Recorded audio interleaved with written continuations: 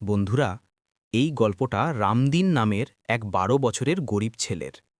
এমন একটা ছেলে যাকে দুনিয়ার চোখে শুধু কুড়ুনি বাছা বলেই মনে হতো, কিন্তু তার ভিতরে লুকিয়ে থাকা ঝকঝকে আলোটা কেউ কখনো দেখার চেষ্টাই করেনি। সকালের সময়, ঠান্ডার কনকনে শীতের সকাল।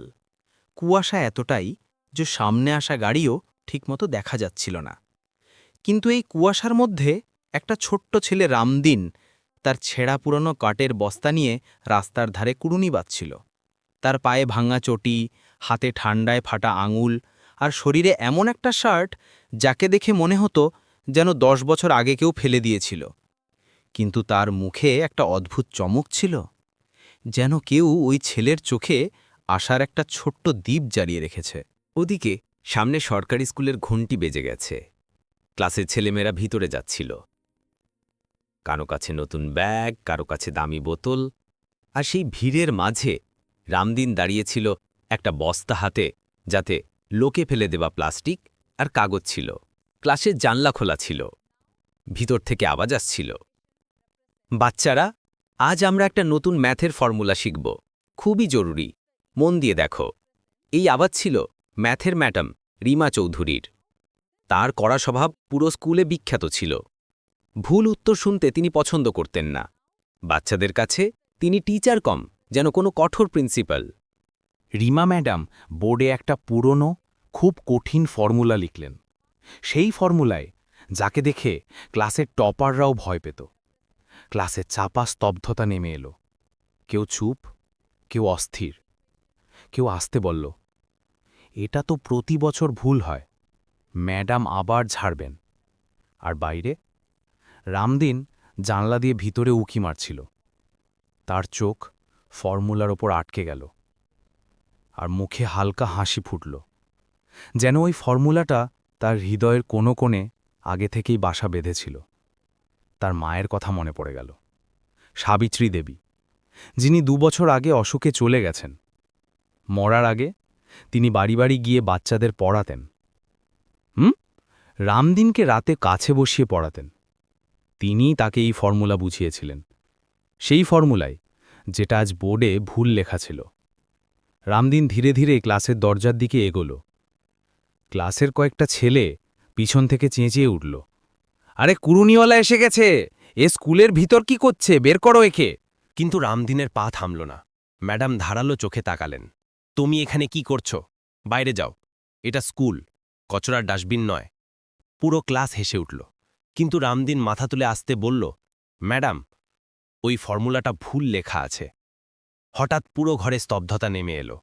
একটা কুড়ুনি বাছা ছেলে ম্যাথ ম্যাডামকে ভুল ধরাচ্ছে। রিমা ম্যাডাম ব্যঙ্গ করে বললেন, তুমি আমাকে গণিত শেখাবে? চলো আয়, ঠিক করো যদি এতটাই জানো। রামদিন ব্ল্যাকবোর্ডের দিকে হাঁটতে লাগল, যেখানে আজ পর্যন্ত কোনো গরিব ছেলের পা পড়েনি। সেই মুহূর্ত তার জীবন চিরকালের জন্য বদলে দেবে। রিমা ম্যাডাম ব্যঙ্গ করে বললেন, আয় বাবা আয়, দেখি তোমার গলির মহল্লার পড়াশুনো থেকে গণিতেরই কঠিন ফর্মুলাও বলা যায় কিনা। পুরো ক্লাসে হাসির শব্দ। কেউ সিটে ঠক্কর মারল, কেউ বন্ধুকে কোনোই দিয়ে গুঁতো মারল।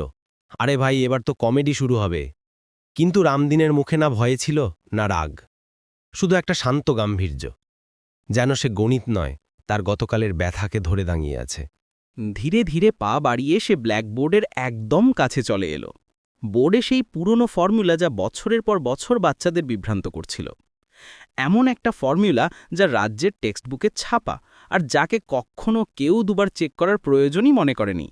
কিন্তু আজ এমন একটা ছেলে যার কাছে খাতা নেই, বই নেই, স্কুল নেই, সেই ছেলেই স্কুলের সবচেয়ে কঠোর ম্যাডামের সবচেয়ে পুরনো ভুল ধরতে চলেছে।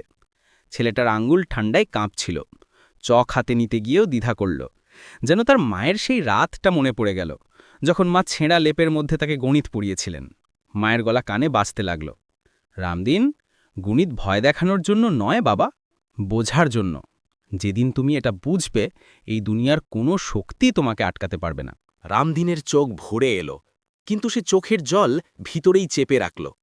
চক বোর্ডে রেখে বিনা শব্দে আগে ম্যাডামের লেখা ফর্মুলা মুছে দিল। পুরো ক্লাস হতবাক। তারপর এক একটা লাইন লিখতে শুরু করল। হাত কাঁপছিল, কিন্তু মাথা একদম সাফ। সে দারিদ্র্যের মধ্যে শেখা সেই কাঁচা পড়াশুনোকে বোর্ডে এমনভাবে নামালো যেন কোনো শিক্ষক বাচ্চাদের বোঝাচ্ছেন। প্রথম লাইন, ক্লাসে স্তব্ধতা। দ্বিতীয় লাইন, ম্যাডামের চোখ বড় বড়। তৃতীয় লাইন, চেয়ারে বসা টপাররাও দাঁড়িয়ে উঠে দেখতে লাগল। আর চতুর্থ লাইন আসতে না আসতেই রিমা ম্যাডাম নিজের জায়গা থেকে উঠে দাঁড়ালেন। তার গলা ধীর হয়ে গেল। এটা এটা কি করে? এই ফর্মুলা তো বইয়ে ভুল ছাপা আছে। বাচ্চারা হতবাক। প্রিন্সিপালের ছেলে মুখ হাঁকড়ায় দেখছে। ক্লাসের একটা ছেলে ফিসফিস করে বলল, এটা ঠিক, এই ফর্মুলা আমরা কখনো এভাবে দেখিনি। রিমা ম্যাডাম বই উল্টালেন, নিজের নোটবুক উল্টালেন, এমনকি পুরনো টিচিং কপিও বের করলেন। আর সত্যিই যা রামদিন লিখেছে তাই ঠিক। 14 বছর ধরে পুরো স্কুলে যা ভুল পড়ানো হচ্ছিল, আজ একটা কুড়ুনি বাছা ছেলে ঠিক করে দিল। রিমা ম্যাডামের ঠোঁট কাঁপছিল। তার কঠিন চোখে প্রথমবার সম্মানের মতো কিছু ঝিলিক দিল। তিনি ধীরে জিজ্ঞেস করলেন, বাবা, তোকে এটা কে শিখিয়েছে? রামদিনের গলা ভেঙে গেল। আমার মা মরার আগে। ক্লাসে একদম নিস্তব্ধ।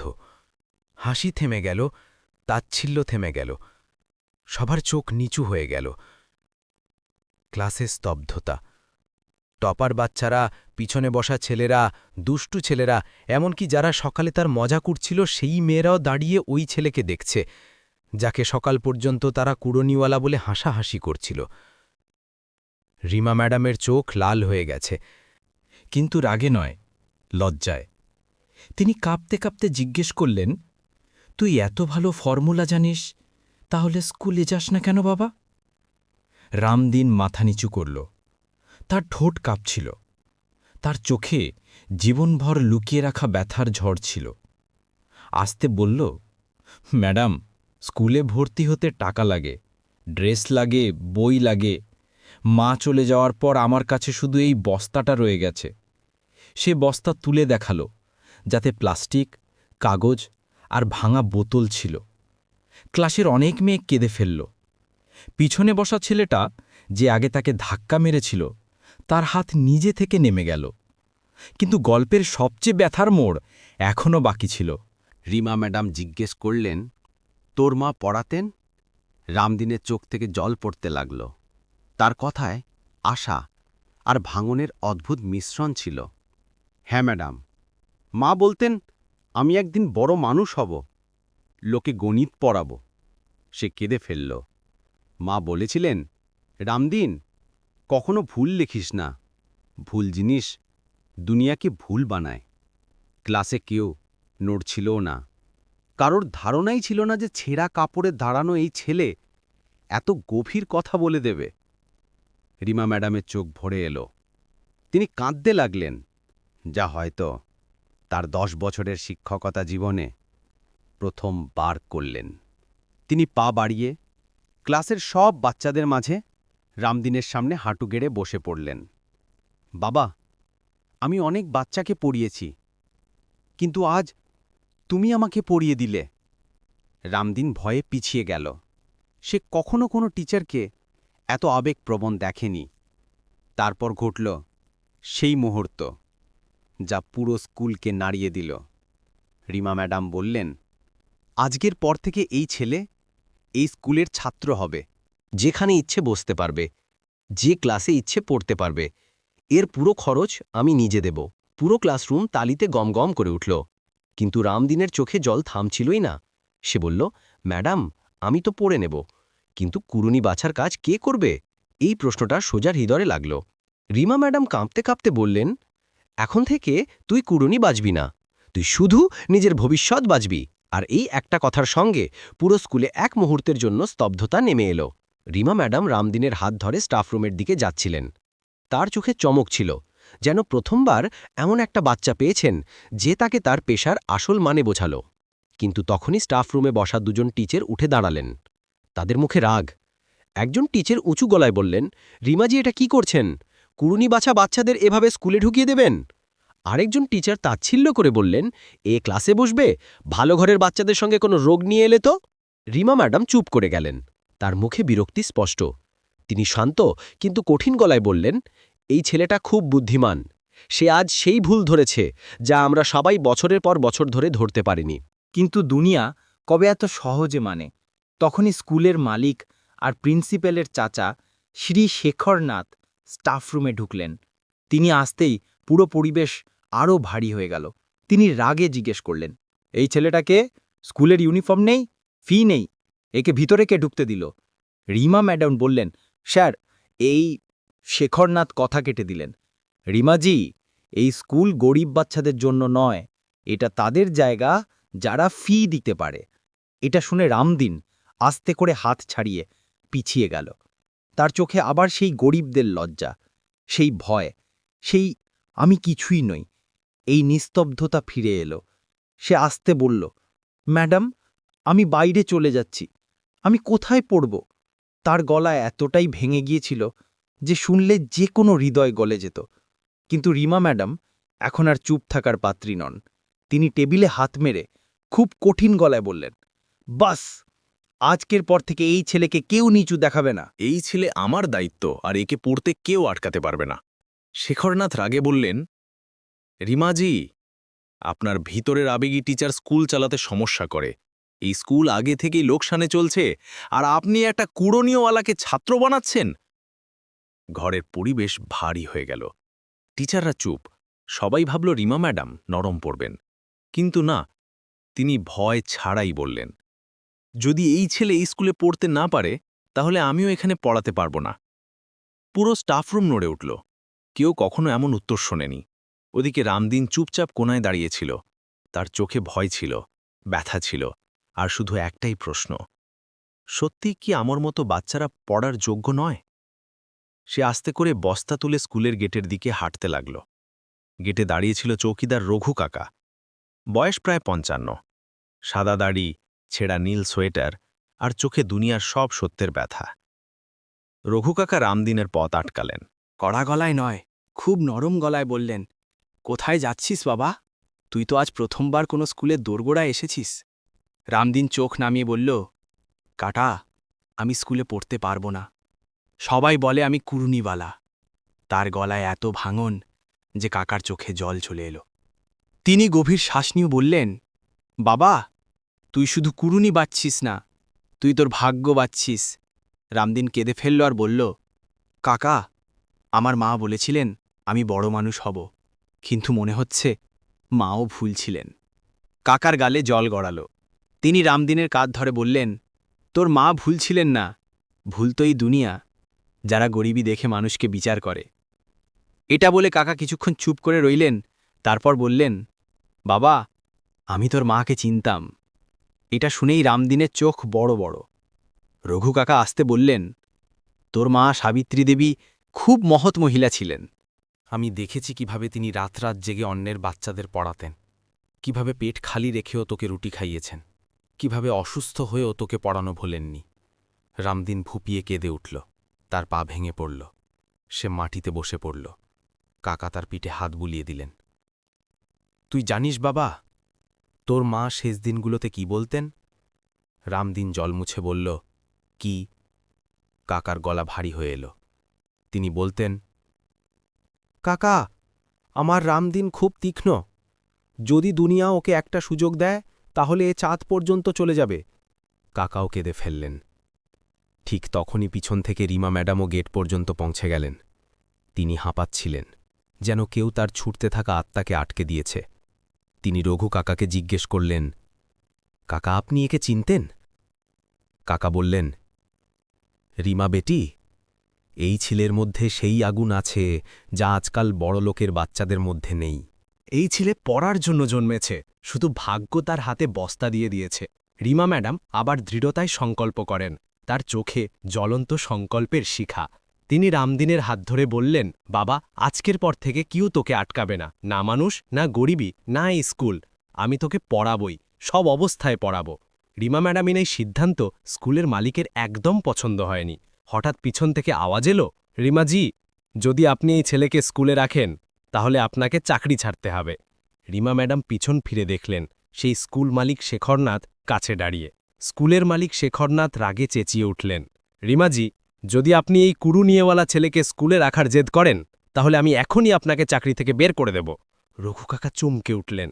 রামদিন ভয় ম্যাডামের আঙুল শক্ত করে চেপে ধরল, আর রিমা ম্যাডাম এক মুহূর্তের জন্য পুরোপুরি স্থির হয়ে গেলেন। চারপাশে গ্রামের লোক, কিছু বাচ্চা, কিছু শিক্ষক, সব জড়ো হয়ে গেছে। সবার চোখ শুধু এই প্রশ্নে আটকে, রিমা ম্যাডাম কি চাকরি বাঁচাবেন নাকি এক গরিব ছেলের ভবিষ্যৎ? রিমা ম্যাডাম ধীরে ধীরে মাথা তুললেন। তার চোখে জল ছিল, কিন্তু গলায় ঝড়। তিনি বললেন, শেখর স্যার, আপনি চাকরি ছিনিয়ে নিতে পারেন, কিন্তু আমার হৃদয়ে বসা টিচারকে নয়। মালিক হেসে উঠলেন। আরে রিমাজি, আপনি আবেগপ্রবণ হয়ে যাচ্ছেন। স্কুল চালানো আবেগে নয়, বুদ্ধিতে চলে। রিমা ম্যাডাম পা বাড়িয়ে খুব কাছে গিয়ে বললেন, যদি বুদ্ধিতে স্কুল চালাতে হতো তাহলে এত বছর ধরে বইয়ে ভুল ছাপা ফর্মুলা আজ পর্যন্ত কেউ ধরতে পারত না। পুরো ভিড়ে স্তব্ধতা। তারপর তিনি জোরে বললেন, আর সেই ভুল আজ একটা কুড়িনিওয়ালা ছেলে ধরেছে। ভিড়ে গুঞ্জন উঠতে লাগল। সত্যিই এই ছেলে এত বুদ্ধিমান? তাহলে কি পড়তে দেওয়া হচ্ছে না কেন? মালিক রেগে গিয়ে বললেন, কথা শেষ। হয় এই ছেলে বাইরে যাবে, নয় আপনি। রিমা ম্যাডাম বিনা দ্বিধায় বললেন, ঠিক আছে স্যার, আমি যাচ্ছি। ভিড় অবাক। কেউ ভাবেনি তিনি এক মুহূর্তও না ভেবে চাকরি ছেড়ে দেবেন। তিনি রামদিনের হাত ধরে বললেন, চলো বাবা, এখন তুমি আমার স্কুল, আমার ক্লাস, আমার স্বপ্ন। রামদিন কেঁদে ফেলল। ম্যাডাম, আমার জন্য আপনি চাকরি কেন ছাড়ছেন? রিমা ম্যাডাম হাঁটু গেড়ে বসে তার চোখে চোখ রেখে বললেন, কারণ দুনিয়ার আরেকজন টিচারের দরকার নেই, একজন রামদিন দরকার, যে তার ভুলও ঠিক করতে পারে। সেই মুহূর্তে ভিড়ের অনেকে কেঁদে ফেলল। তখনই রঘু কাকা এগিয়ে এলেন। তার গলা ভারী কিন্তু মজবুত। রিমা বেটি, যদি তুমি এই ছেলেকে পড়াতে চাও তাহলে আমি এই স্কুলে থাকব না। কেউ তার পথে বাধা হবে না। তিনি পকেট থেকে একটা পুরনো ভাঁজ করা খাম বের করলেন। খামে লেখা ছিল সাবিত্রী দেবীর শেষ চিঠি, রামদিনের মা। কাকা বললেন, এটা তোর মা আমার কাছে রেখে গিয়েছিলেন। বলেছিলেন, আমি না থাকলে এই চিঠি আমার রামদিনের কাছে পৌঁছে দিও। রিমা ম্যাডাম কাঁপা হাতে চিঠি খুললেন। কাগজে কাঁপা অক্ষরে লেখা, আমার রামদিনের জন্য। যদি এই দুনিয়া তোকে পড়তে না দেয়, তুই এমন একজন মানুষ খুঁজে নিস যে তোকে বুঝবে। কারণ বাবা, গরিবই কখনো মানুষকে আটকায় না, মানুষ আটকায়। একদিন তুই আমার স্বপ্নের মতো উঁচুতে উড়বি। আর হ্যাঁ, নিজেকে কখনো ছোট মনে করিস না। তোর মা সাবিত্রী। চিঠি পড়ে রিমা ম্যাডাম ফুপিয়ে কেঁদে উঠলেন। রামদিনও মায়ের নাম দেখে ভেঙে পড়ল। ভিড়ে দাঁড়ানো প্রত্যেকে তালি বাজাতে লাগল। আর তখনই গ্রামের এক বুড়ো এগিয়ে এলেন। রিমা বেটি, তুমি এই ছেলেকে তোমার বাড়িতে পড়াও, আমরা সবাই মিলে এর পড়ার খরচ তুলব। ধীরে ধীরে লোকেরা এগিয়ে আসতে লাগল। আমি বই দেব, আমি ব্যাগ দেব, আমি জুতো দেব, আমরা ফি দেব, আমরা খাবার দেব। পুরো পরিবেশ এক মুহূর্তে বদলে গেল। শেখর নাথকেও মাথা নোয়াতে হল। তিনি হতাশ হয়ে বললেন, ঠিক আছে, ঠিক আছে, ছেলেটা স্কুলে থাকতে পারবে। রিমা ম্যাডাম দৃঢ় গলায় বললেন, না স্যার, এটা এখন আপনার বাধ্য হয়ে নয়, আমাদের জয়ের কারণে পড়বে। আর বন্ধুরা, সেদিন একটা কুড়ুনি বাঁচা ছেলে রামদিন শুধু গণিতের ফর্মুলা ঠিক করেনি, বরং মাথার ফর্মুলাও বদলে দিয়েছিল। সেই দিন তার নতুন জীবনের প্রথম সকাল ছিল। বন্ধুরা, যদি এই গল্পটা তোমাদের হৃদয় ছুঁয়ে থাকে তাহলে ভিডিওটা লাইক, শেয়ার আর চ্যানেলটা সাবস্ক্রাইব অবশ্যই করো। কমেন্টে নিজের নাম আর শহর লিখতে ভুলো না, যাতে আমরা জানতে পারি আমাদের গল্পগুলো দেশের কোন কোন কোণে পৌঁছাচ্ছে। আবার দেখা হবে একটা নতুন হৃদয় ছোঁয়া গল্প নিয়ে। ততক্ষণ ভালো থেকো।